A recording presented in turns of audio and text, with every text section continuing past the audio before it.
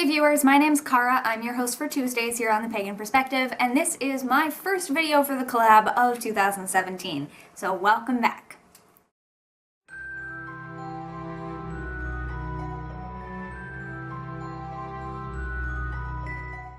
We're starting off this year with a topic that was submitted by Tyler, who asked us about evolving the way we identify.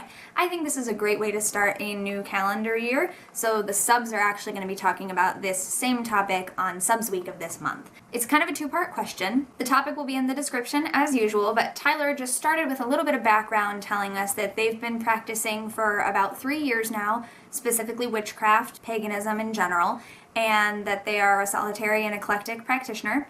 At first, they were studying Wicca and identified as a Wiccan, but over time they have sort of evolved from that and feel that another label better fits their beliefs, mostly because they don't really resonate with the Sabbats and the Wheel of the Year and other things like that. And so what they're asking is sort of two parts. The first thing is, have our beliefs ever shifted to the point where we felt the need to change how we identify in our practice? And the second is, do any of us focus less on the Wheel of the Year and more on some other facet of paganism? This is a topic that's really exciting to me because it is something that I've experienced, and it's something that I have experienced an interesting reaction from in the community, so I think it's something important for us to bring up. So thank you, Tyler, for asking. And first of all, I want to talk about the part about evolving your practice, right? This idea that you have a way that you identify and maybe a label that you choose to identify with, and then over time, as your practice develops and changes, you might either grow away from that, or you might just learn more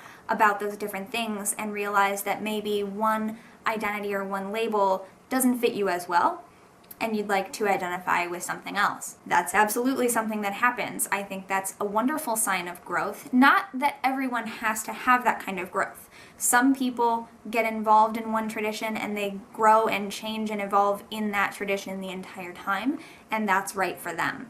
Other people may, especially if you don't really have access to maybe necessarily books and things about the path that your soul is really eventually going to be drawn to initially, you might start out with something that isn't really for you, but it opens that door and it enables you to start walking down the path, and then you eventually grow and change and find that thing that is you.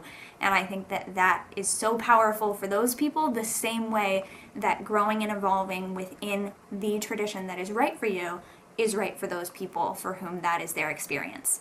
My voice even shook a little bit because that is just so powerful to me. And I think that it's wonderful no matter where you came from, however you find that thing that is yours, that thing that is you. So I want to say also that what we're talking about here is not something that I think is at least a stereotype, if not something that people really do experience. But there are these people that sometimes we might think of, stereotypically at least, when we think of a seeker or someone who's very excited to get involved with something within paganism, and they might find their first book and they read it and they think, yes, this is me, and they identify as that and they feel so great about that. But then maybe the next week they find a different book about something else and they read that and they say, oh wait, well no, I identify as this is what I'm going to identify as now. And they might keep doing that one right after the other, and so they seem to keep changing their label, but it's more of a just not really fully grasping all those concepts, or maybe not really fully understanding what their belief system is yet or where they're coming from, that sort of causes that. And I don't want to say that that's an invalid method, because it is important to go through that and realize that maybe, okay, that one was wrong, this is right. But I do want to discourage the immediate grasping onto, because it does come across as being a little bit like you just don't know what you're doing and you're just grasping at straws. So take your time, read all of those different things, but don't be so quick to grab onto something if you're not really sure. Don't feel pressured to identify as something right away. When I was first studying, I told people, well, I'm studying Wicca, because I really felt like that was where I was going to end up, but I hadn't been studying it very long, so instead of just immediately identifying as that, I told people, I'm studying Wicca. And then eventually when I got to the point where I felt like I really knew enough about it to identify as that, I started identifying that way. Now, there were still other people at the time who did not agree that I should be identifying as that. But anyway, I just really, what we're talking about with this sort of gradual evolution and change of your path, and maybe you really were this for a long amount of time and it was accurate, but then eventually you evolve and change and now something else is true, not just that quickly changing because, oh, that didn't really fit, so now I'm going to call myself this, that back and forth thing. So whatever way that manifests for you, shifting and changing to the point where you feel that you need to identify differently is something that happens. I think it happens to a lot of us. If you haven't been that person who was able to immediately come into a certain tradition and you just love it and that's, what you are, and you are going to be that forever, I think that the changing and growing and evolving and wanting to change labels happens to a lot of the rest of us. I actually wrote a poem about this a couple of years ago that I think I may have posted on my blog, and then I was gonna eventually do a video reciting it, but I hadn't done that yet. But I think I posted the poem somewhere, and it was about this experience that when I started online and when I really started talking to other people, I was identifying as a Wiccan at that point, because I had gone through all of the studying before I ever joined YouTube. So a lot of people knew me for years as being a Wiccan witch. And then at a certain point, I stopped identifying primarily with Wicca, and I started identifying more as just a general pagan, neo-pagan more specifically. Knowing that that was always part of my background, and there definitely are elements of my practice that are more Wiccan than anything else, knowing that that was still there, but not identifying with that primarily because I felt like my practice had expanded sort of beyond that, still including that, but not completely within that realm. And so I started identifying more as a general pagan. But there was a lot of pushback from people who knew me as a Wiccan, or even people who didn't know me but would hear me say one thing that to them meant Wicca. And they would say, "You're not a pagan, you're a Wiccan. Stop pushing the Wiccan thing on everybody else." And that was interesting, to say the least. So it was this very in-between place where when I had been studying Wicca, there were plenty of Wiccans who didn't want me to call myself Wiccan and told me that I was not, because I was just kind of in this general neo-pagan camp and maybe I had some Wiccan aspects, but I was not one of them. And then when I started identifying that way as being general pagan with some Wiccan influence, people were like, "No, you're too Wiccan, stop saying that you're pagan."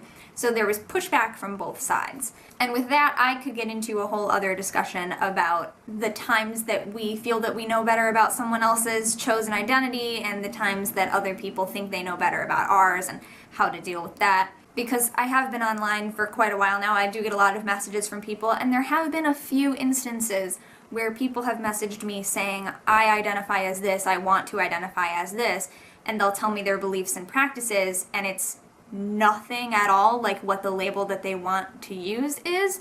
And so I always end up telling them, far be it from me to tell you how to identify, it's always your final decision. However, since you're asking my opinion, what I know of this label that you've chosen means this, and what you're telling me with your beliefs and practices is not that. So I would recommend that perhaps that's not the best label to use because it doesn't seem to match at all, at least as far as what you're telling me.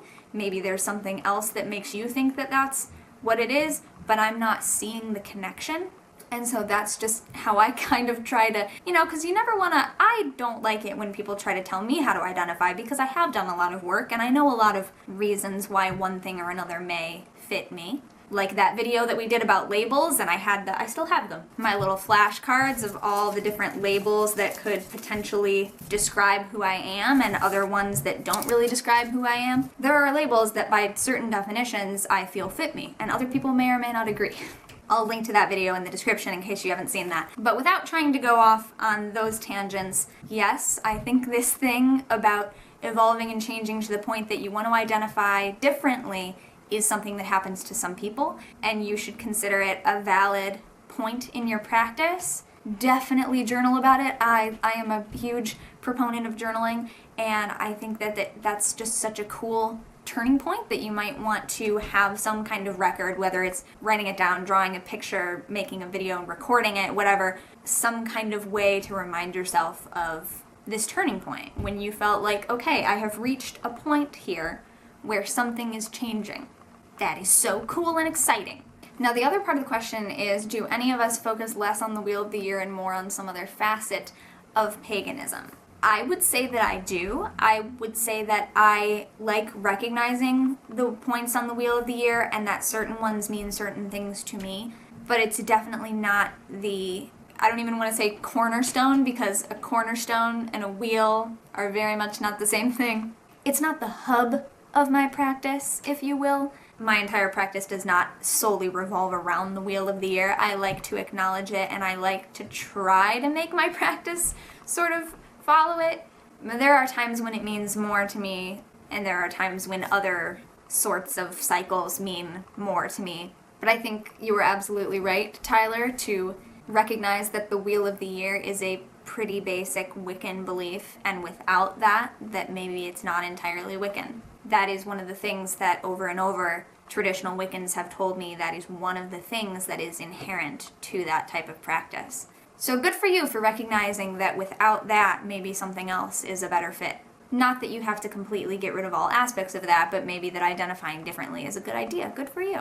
I would say that my focus is really just on, lately, about following my own personal shifts, whatever they may be, and sometimes they follow the wheel, sometimes they're more seasonal, sometimes they're more lunar.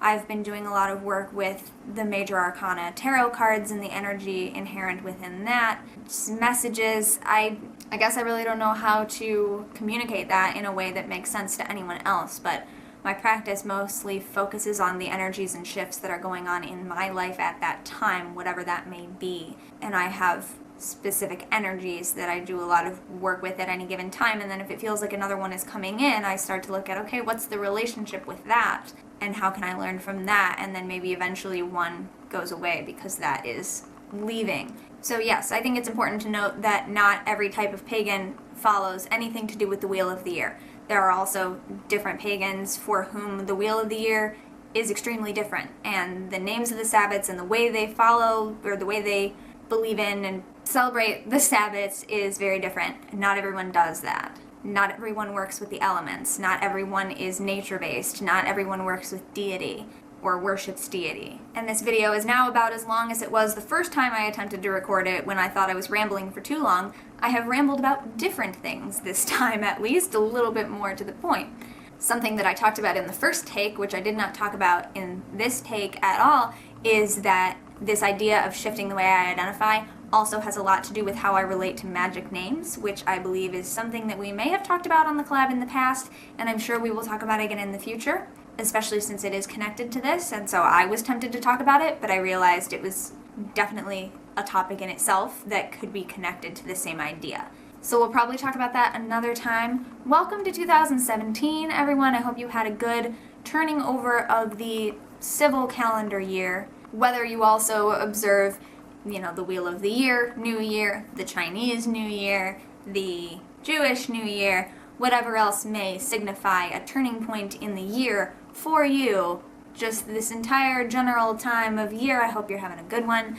I hope you're feeling some renewed energy and strength, and I will see you next week right here and over on my personal channel as well. So thank you very much for watching, and until next time, don't forget to be awesome, blessed be, and goodbye.